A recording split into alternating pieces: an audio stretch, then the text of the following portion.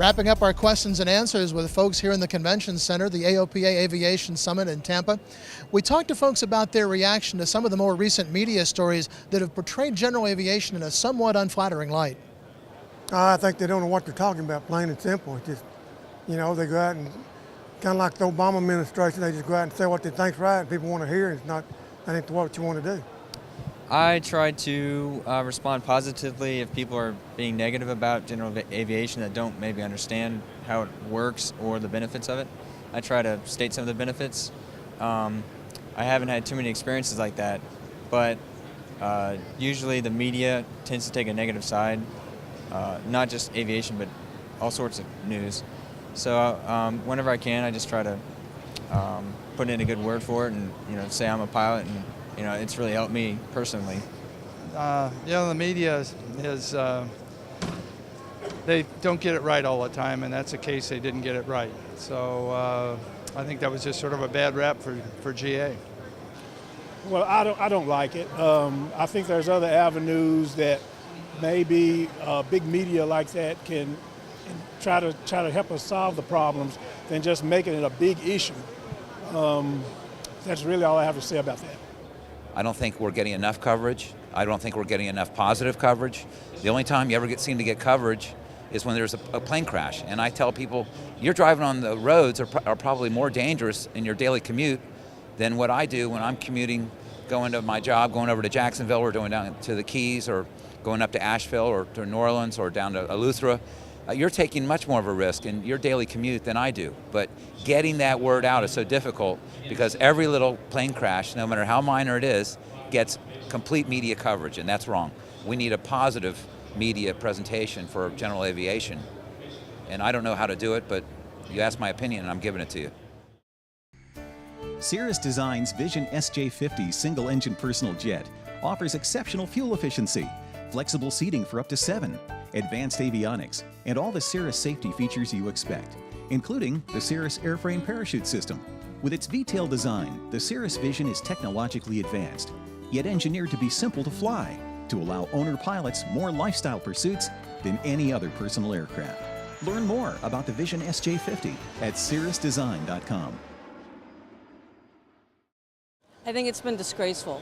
I think it's been one-sided, uninformed people, uneducated people.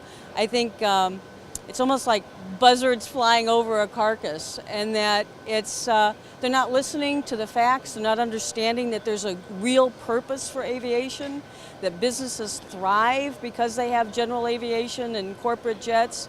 But unfortunately, a couple of bigwigs from Detroit started the smear campaign started because of their flying in begging for money in corporate jets. So unfortunately, people don't understand there's a real purpose for it, and that a lot of people rely on small airplanes to get from point A to point B because they don't have transportation otherwise. I think it may be due to the Obama administration. I don't approve of that. I think general aviation is something that we need here in the United States. It's part of our freedom, and we should always have it and not be controlled like it is in Europe and other countries. Well, I've been flying since 1974, and it's been pretty continuous.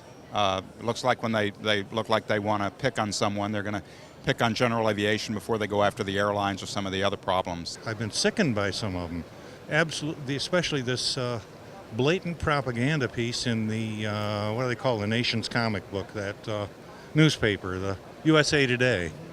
I mean, that was like just blatant propaganda for the commercial airlines.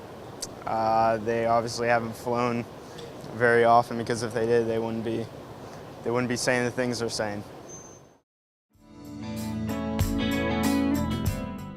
If you own a Cirrus today, or if you are considering the purchase of a new or used aircraft, consider this. Avidyne, in conjunction with the country's leading Cirrus sales and maintenance facilities, has launched the G3R9 program that combines the purchase of a late-model, low-time Cirrus aircraft and the addition of the Avidyne Integra Release 9 avionics suite for much less than you may have thought, and certainly much less than purchasing a brand new aircraft. G3R9, combining the best airframe, best engine, and best avionics for the best value.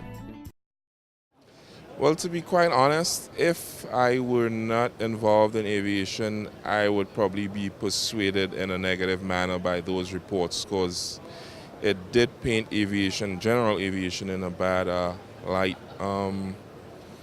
I think most of my friends who I speak to who are not into aviation as much as I am, I try to tell them, that was a really, really biased story, and aviation does a lot for the economy, contrary to people thinking it's just an expensive hobby for people who have, I guess, money or cash to burn. But it does provide an important service to the economy of the United States. So I think it's unfortunate, but I think that the PR done by AOPA has somewhat blunted the impact of that negative PR process, I guess.